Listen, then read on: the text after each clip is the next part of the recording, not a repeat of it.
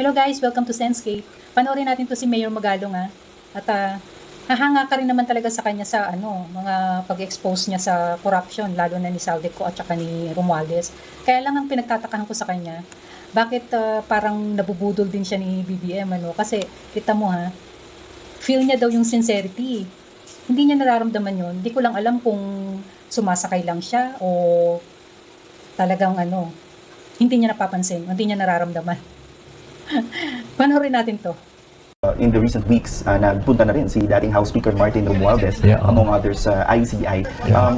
And nalumulutang yung idea of him being a state witness. You also have the Diskaya couple saying na hindi sila makikipag-cooperate sa ICI because they were prejudged and they feel na hindi rin pagbibigyan yung kanilang state witness request. Of these two personalities, the Diskayas and Speaker Romualdez, who do you think is a more credible state witness?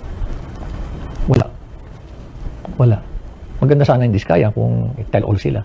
Pero nag-hold back sila si former Speaker Romualdez naman I had a chance to personally engage him. Wala doon sa mga sinabi niya, wala doon sa mga pangakong binanggit niya sa akin na nasunod So how can I trust him? But who else? Sino pang mga big fish sa flood control scandal na to? Napangalanan na ba, sir? Yung mga dapat pangalanan? Ay, marami pa yan. Napakarami pa nila dyan. Yung mga nakinabang ng husto dyan sa insertions. Yan, siyempre, isa dyan sa mga responsable dyan, ng mga lawmaker dyan, si Zaldy ko. Yan, talaga kaya tawag sa kanya, Boss Zaldy. Diba? Boss Zaldy, yan. Gustong-gusto niya, tinatawag siya ng Boss Zaldy ng kapwa niya. Tapos may presyo dyan. May presyo pa dyan. Kung datasay gusto mo makakuha ng isang project, pag presyong kaibigan o presyong kapatid, 15%, ibabalik mo sa kanya. Pero ang normal dyan, 25%. Babalik mo sa kanya. So would you say si Zaldy ko and Speaker Romualdez are the highest official involved in this scandal? Ako personally, there's no doubt about it. There's no doubt. Sa laki ng pera niyan, hindi alam ni Speaker Romualdez. Kaya ka nga nag-speaker dahil matalino ka, di ba? Hindi mo alam kung anong pinagagawa ng tao mo. Yung ganung kalaking pera, that's taxpayers money. Accountable ka sa tao niya. Hindi mo nang pera yan And we're talking here about billions of pesos. Di ba, ginawa ko nga rito kung gaano kalaki yung 1 billion peso. 5 feet by 5 feet by 4 feet. You only mentioned Zaldy and Martin. What about the Senate, sir? Meron din ba? Kasi nalilink din po sila Senate President Cheese Escudero. Yes, pero wala kasi akong wala akong gaanong, I would say, grasp sa situation sa Senate. I don't have it. Admittedly, kulang ako ng mga essential elements of information that would say na I have a good knowledge of what's going on sa Senate. Okay, talaga mas marami, sir, sa House. Sa House, meron ako talaga sa House. Marami ako sa House. Alright. Sayang nga yun Yung chart na yun sana, ilalabas ko yun Pag pinatawag sana ako sa House Kasi hindi marami pa nga sana ako ilalabas pa So for you, Mayor, just the idea of entertaining Speaker Romualdez as a state witness is really hindi dapat mangyari. They deserve to be jailed. To be very blunt about it. They deserve to be jailed. And what about Zaldy ko? Nasa ibang bansa Lalo. Hindi nila pauwiin yan. Hindi nila pauwiin yan. There are calls to suspend his passport na nga po, di ba? Maski na isuspend pa nila yung gawin nila, hindi nila pauwiin yan. Okay. But sir, at dapat kung ikukulong sila, dapat hindi sila ikulong sa mga magagandang jail. Hindi yung gagawa ka ng magandang jail para sa kanila. Hindi dapat. They don't deserve it. They have to go to the city jail. Ordinary jail. Para maramdaman nila. Anong hirap, makulong. Ako, nakulong na ako Alam ko. But what is your fear? Because Speaker Martin Romualdez is a cousin of the president, and do you think the ICI could prosecute him? Well, the president himself mentioned na it doesn't matter if it will go all the way up. Very clear si presidente dyan Talagang kwan siya. Ako, I felt his sincerity. Sir, in this hierarchy of corruption, lalo na involving lawmakers, sino ang nasa pinakamataas in terms of your chart at sino yung sumunod sa kanya? Well, sa akin personal na pananaw ko, nandiyan siguro, Speaker Romualdez, followed by Zaldy ko, at yung mga inner circle nila. Marami din yan. When Congressman Zaldy ko resigned from the House of Representatives, one of his colleagues, Congressman Alfredo Garbin, called his resignation not as an abandonment but more of a sacrifice. How would you respond to that kind of comment? Well, nag-react nga ako doon Sabi ko nga yan na ba yung moral standard natin dyan sa Kongreso? Kaya, ang tanong ko nga sa kanila yan na ba yung definition nyo ngayon? Binago nyo na ba yung definition ng bayani? Nagnakaw na, nangurakot na ng husto, tumakas, inabandon niya, tapos tatawagin yung sakripisyo, bayani. Sana mag-isip-isip kayo, managot kayo sa taong bayan. Parang kinikilabutan ba kayo, sir, pag narinig niyo? Matayo nga yung ko Tumatayo nga yung balahibo ko sa kanila. Mayor, naiinip na po yung taong bayan, no? Because it's been months since this scandal has been exposed, and yet wala pa po silang nakikita na nakukulong or at least napaparusahan. How would you respond to this public's impatience?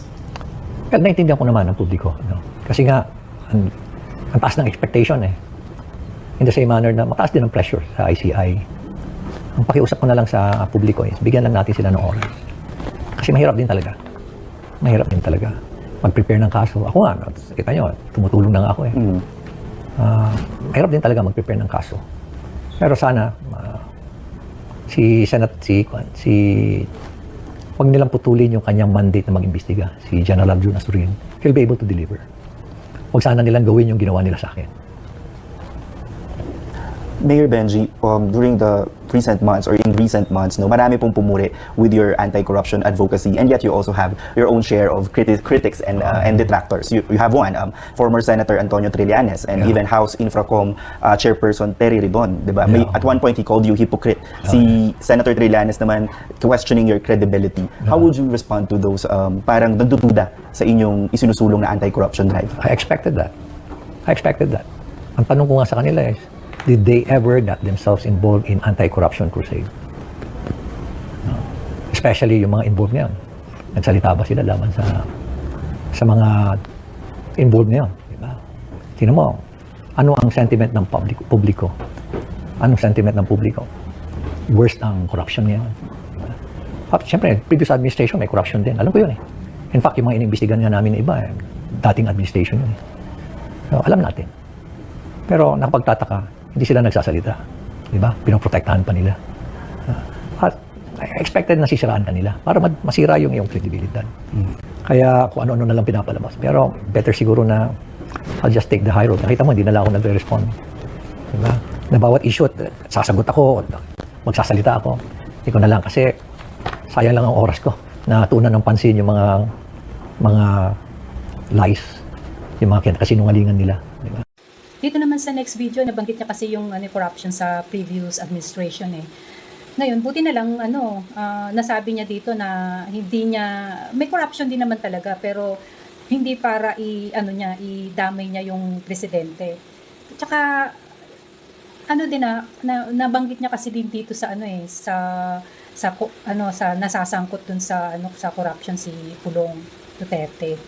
Pero wala naman daw siyang ebidensya. Ang masasabi ko lang naman kasi dito, kung talagang meron silang matibay na ebidensya na proof, sa dinami-dami ng kalaban ngayon ng mga Duterte, di sana nailabas na nila yung ebidensya, di ba? Sana naipakulong na nila. Parang meron akong duda na rin dito kay Magalong, baka nagagamit na rin to o nagpapagamit na rin siya eh. Ngayon ko lang, hindi maganda feeling ko eh. Yun lang guys, sige panoorin nyo. Sir Benji, speaking of previous administration, we're talking about the Duterte administration. Yes, may mga obserbasyon din po, or some of your critics are saying you're quiet when it comes to Duterte corruption. Specifically, isa po sa nabanggit dito ay yung rock netting issue dito sa Benguet na ngayon daw po, when you're being very vocal about corruption, hindi nyo nababanggit yung mga nangyaring corruption ng nakarang administrasyon. Ano po ang sagot nyo dun? Mabuti na lang, Tristan, nabanggit mo yan sa akin. Another kasinungalingan yan, no? Alam mo, as early as 2019, ni-raise ko na yan eh. And consistently, every time I do a presentation, I talk to people, I talk to groups, big groups, laging kasama yung rock netting na yun. Kaya with names? Wala pa. Okay. Mahirap naman magsalita ng names, di ba? Baka pwede akong kasuhan na lang basta-basta, di ba? Mahirap magsalita. Kaya nga, but I never had the chance to investigate. Kasi mayor ako eh. Di ba? Kung binigyan ako ng meron lang akong chance na mag-investigate, sana, di ba? Ang hirap mag-imbestiga kung walang kooperasyon ang DPWH. Kasi sa kanila kakukuha ng dokumento eh. Ayaw nila akong bigyan. So natanggap ko yung report na yon, August 2023. I still have a copy of that 17-page report. Diyan, yun ang naging basis ko ngayon. Na sinabi na ang presyo ng bawat square meter niyan umakyat. Nag-umpisa yan sa 40, naging 18, hanggang umakyat yan ng 25,000 pesos. Starting 2020, previous administration yon. I was very vocal about it. Di ba?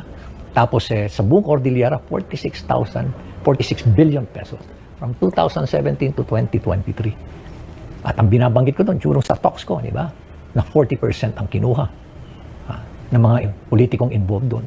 Sila pa yung contractor. Sila talaga yung naging contract. Sila pa supplier. Di ba? Kumuha sila ng mga subcontractor, pero totoo sila rin ang contractor. So napakalaki. Was I remiss? Hindi. Tuloy-tuloy. So hindi na nahimik. Kaya hindi ako nanahimik. In fact, ngayon, nag-iimbestiga na ako. At nakausap ko yung mismo yung isang contractor doon. Ang sabi niya, sir, tatapatin kita. Yung buong rock netting dito sa Cannon Road, malamang, sabi niya, substandard lahat yan. Kasi iisa lang ang pinanggalingan ng supply. Ganon din sa ibang lugar. Hindi lang dito sa Cordillera, meron din sa ibang probinsya. Binanggit niya sa akin yung mga ibang probinsya. No? Okay. Dahil iisa lang ang nag-supply niyan, supplier na yan. And again, that supplier is associated with a politician, with a group of politicians. Would you like to name the group of politicians? Hindi, associated yan sa grupo nila Eric Yap. Are you planning to file a case against them? Halos matapos na namin. It's now being reviewed. After that, ibibigay na namin sa ICI yung case folders. Okay. But Mayor Benji, eto pa po, isa pa pong nililabel sa inyo is you're a Duterte supporter and some are even calling you a DDS. How would you react to that? Nakakalungkot naman isipin. Ano? Again, talagang panira. Panira. Unang-una, kailan ba ako nag-serve kay President Duterte? Diba? Nag-serve ako sa kanya when I was in the Philippine National Police as a policeman. Diba? Magsa-serve ka sa commander-in-chief mo. Diba? Eh kung nagustuhan yung trabaho mo, diba, ng ating presidente, hindi ba tayo kung may magandang performance yung mga subordinates natin eh. Di ba, pag natin na-impress tayo sa kanila, most of the time talagang aalagaan natin yan. Diba? So siguro nagustuhan ni presidente yung aking performance sa Philippine National Police. No? And then, nagkaroon ng pandemic. Wala pa naman akong dating pwesto dyan sa NTF, hindi naman automatic eh. Bigla na niya ako, sir, i-appoint ka ni Presidente raw na contact tracing, sir. Contact tracing lead. I don't even call myself, sir. It's just a contact tracing lead. So, nagustuhan ni Presidente. Does that make me a DDS? Eh, nagtrabaho lang naman ako. Di ba? But during the course of all these corruption allegations, corruption issues, never niyo po prinotektahan si former President Duterte and the Dutertes? Hindi. Kung nagkamali ka, sa ako pa. Di ba? Kung nagkamali ka, maski sino, pati pagpapail ako ng kaso iyo, kaya babanggitin ko. Di ba? Kaya ako naman hindi naman, ako nakafocus lang ako doon sa tao na nagko-commit ng corruption eh. Hindi ko naman, bakit ko naman siya i-connect doon sa boss niya kung wala namang ginagawa yung boss niya. Di ba? Kaya panira na lang. Nakakalungkot nga na wala na ba silang ibang panira? Kaya yun na lang ang ginagawa lagi.